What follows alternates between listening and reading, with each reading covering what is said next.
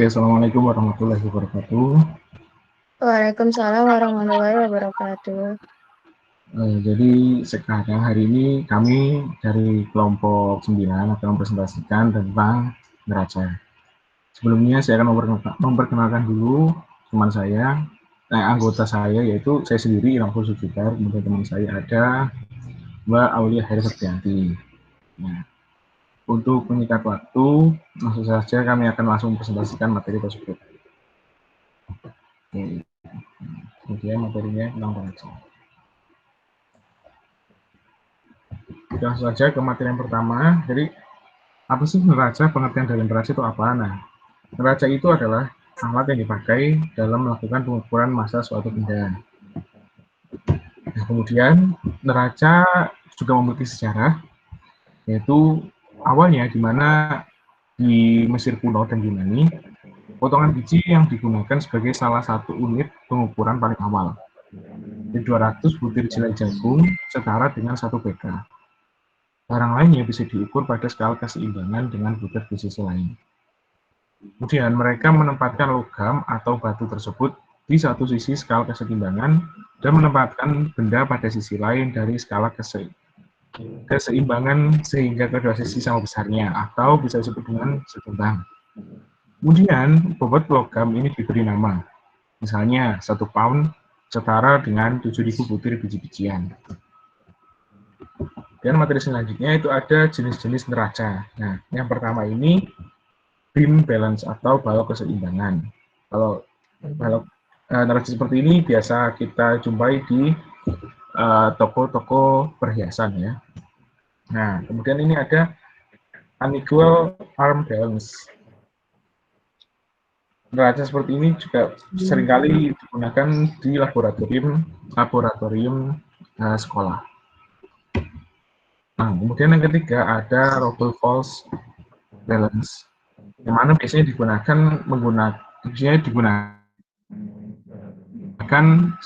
menggunakan skala yang beroperasi pada prinsip yang sama seperti balok keseimbangan. Seperti ini gambarnya ya. Kemudian yang keempat ada bedroom scale, timbangan kamar mandi. Biasanya digunakan untuk mengukur berat badan. Jadi seperti ini bentuknya. Kemudian nanti kita berdiri di atas timbangan ini, kemudian nanti akan muncul berapa hasil pengukuran. Kemudian yang kelima ada electronic scale, skala komersial yang berat dan menghitung harga dari kuantitas barang-barang dagangan. Nah, biasanya neraca jenis ini dapat kita jumpai di supermarket, di mana saat kita menimbang benda yang akan kita beli, di situ langsung tertera harga yang harus kita bayarkan. Nah, kemudian yang keenam ada analytical balance, di mana digunakan di laboratorium untuk pengukuran berat yang sangat tepat. Nah, kemudian yang ketujuh ada spring balance, di mana atau neraca begas.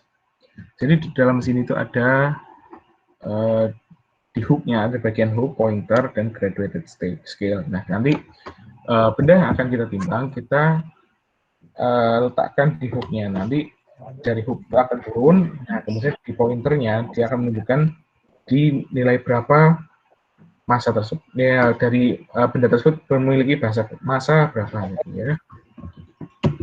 Nah, kemudian manfaat neraca. Yang pertama ada neraca Ohaus. Neraca Ohaus yaitu neraca yang digunakan untuk mengukur massa suatu benda atau logam pada praktek di laboratorium. Kapasitas bebannya itu 311 gram. Atas ketelitian neraca Ohaus itu 0,1 gram. Dilihat di gambar yang sebelah ini ya. Yang ini. Kemudian yang kedua ada neraca analitik, yaitu neraca yang digunakan di laboratorium. Bisa juga digunakan untuk menimbang dari 0,1 mg sampai maksimum 200 gram. Dengan media berupa bakteri, jamur, atau media tanam kultur jaringan dan mikrobiologi dalam praktikum dengan tingkat ketelitian yang tinggi. Nah, kemudian cara penggunaan neraca. Yang pertama itu cara penggunaan neraca Ohaus. Bagaimana sih caranya? Yang pertama yaitu neraca Ohaus dikalibrasi terlebih dahulu dengan memutar skrup yang ada di samping piringan neraca sehingga posisi pada kedua garis neraca terlihat seimbang.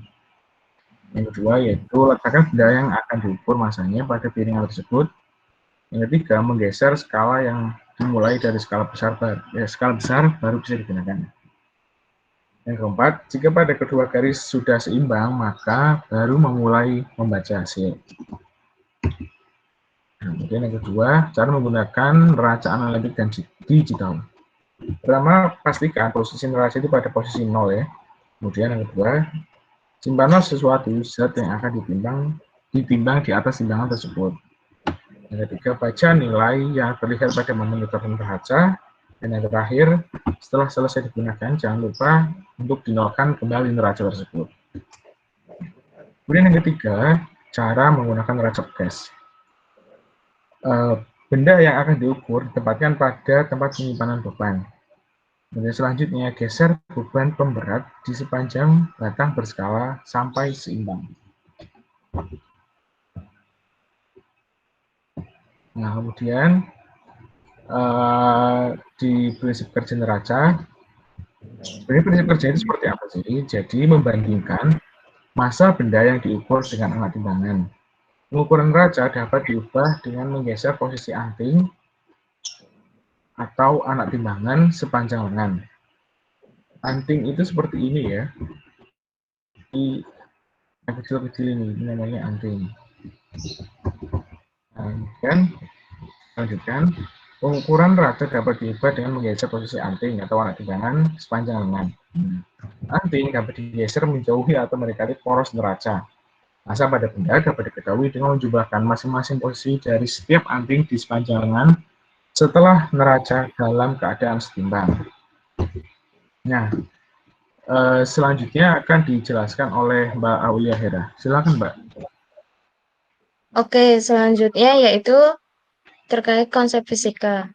Nah, yang pertama, konsep fisika pada neraca dua lengan. Konsepnya yaitu tentang kesetimbangan. Kesetimbangan pada benda terjadi apabila gaya dan torsi pada benda itu bernilai 0. Maka benda tidak akan mengalami perubahan gerak maupun rotasi.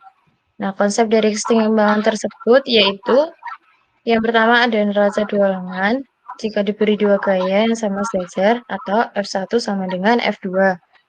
Kemudian neraca dua lengan diberi dua gaya yang sama tapi tidak sejajar atau delta F sama dengan 0. Tapi neraca berotasi. Dari konsep di atas, kita dapat melihat jika memberikan dua gaya yang sama besar tetapi berlawanan arah, maka benda-benda akan mengalami keseimbangan. Karena total gayanya itu adalah 0, maka benda akan diam. Kemudian agar benda tidak berotasi atau tetap dalam posisi keseimbangan, maka torsi pada benda harus sama dengan 0. Selanjutnya, elastisitas pada neraca pegas. Pegas sendiri bersifat elastis atau bisa memanjang dan juga memendek. Kedua perubahan tersebut disebut merenggang. Ketika renggang, pegas X, saat itu pegas memberi gaya pembalik. F pada tetapan pegas K dengan arah ke posisi setimbangnya. Dalam kaitan, F sama dengan minus K dikali X. Selanjutnya, cara perawatan neraca sendiri. Yang pertama, dalam meletakkan neraca, harus sekecil mungkin merambat getaran. Kemudian tidak boleh longgar. Sebaiknya meja yang digunakan meja beton. Kemudian anti magnetik, jangan terbuat dari plat baja. Kemudian terhindar dari muatan elektrostatik, jangan terbuat dari plastik ataupun gelas. Dan yang terakhir harus berdiri di lantai atau bersandar dengan dinding, tetapi tidak kedua-duanya. Yang kedua yaitu ruas timbang. Yang pertama harus sekuat mungkin tahan benturan dan getaran. Kemudian hanya mempunyai satu pintu masuk untuk menghindari aliran udara. Lalu sedikit mungkin jendela untuk menghindari bahaya sinar matahari langsung.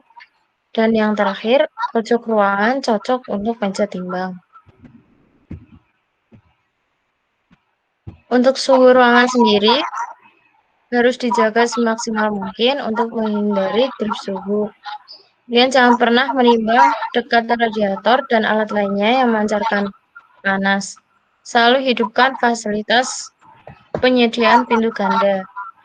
Kemudian kelembapan ruangan harus dijaga karena kelembapan langsung mempengaruhi densitas udara. Untuk cahaya, hindarkan cahaya dari terpaan sinar matahari langsung. Sumber cahaya harus dipasang pada jarak yang cukup dari meja timbang. Dan terakhir ada udara, itu jangan pernah menimbang dari peralatan berkipas. Kemudian hindarkan menimbang di samping pintu ruangan. Selanjutnya ada aplikasi teknologi terbaru dari neraca. Aplikasi teknologi terbaru dari neraca ini yaitu neraca analitik.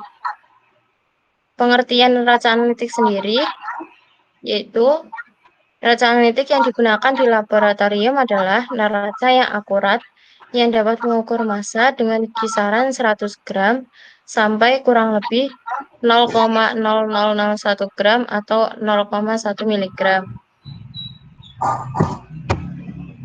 Kemudian, cara perawatan dari neraca analitik sendiri yaitu sebelum pemakaian, ruang dalam neraca harus dibersihkan menggunakan kuas.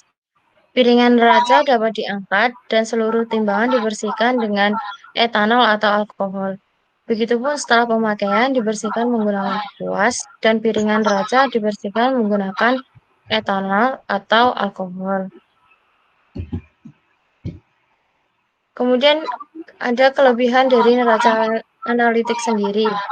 Yang pertama, mempunyai tingkat ketelitian yang cukup tinggi dan dapat juga menimbang suatu zat atau suatu benda sampai batas 0,0001 gram atau 0,1 miligram. Yang kedua, dalam penggunaannya tidak terlalu rumit jika dibandingkan dengan timbangan manual, sehingga lebih efisien dalam waktu dan tenaga. Untuk kekurangan neraca analitik sendiri, yang pertama, neraca ini memiliki batas maksimal yaitu 1 mg atau 210 gram. Jika melewati batas itu, maka ketelitian dalam perhitungan akan berkurang. Kemudian tidak perlu menggunakan sumber tegangan listrik yang besar, sehingga harus menggunakan Stafford. Kalau tidak, akan putus benang yang berada di bawah. Dan yang terakhir, harga neraca analitik sendiri relatif mahal.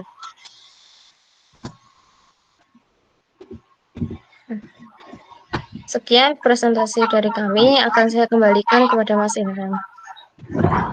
Oke, terima kasih Mbak Hera atas penjelasannya. Oke, terima kasih teman-teman. Jadi sekarang sudah jelas ya apa itu neraca, bagaimana cara penggunaannya, kemudian apa saja jenis-jenis neraca, kemudian aplikasi apa yang terbaru dari neraca. Nah, sekian dulu dari kami. Jika ada salah kami mohon maaf. Wabillahi taufiq wal hidayah. Wassalamualaikum warahmatullahi wabarakatuh. Terima kasih semuanya. Terima kasih, Mas.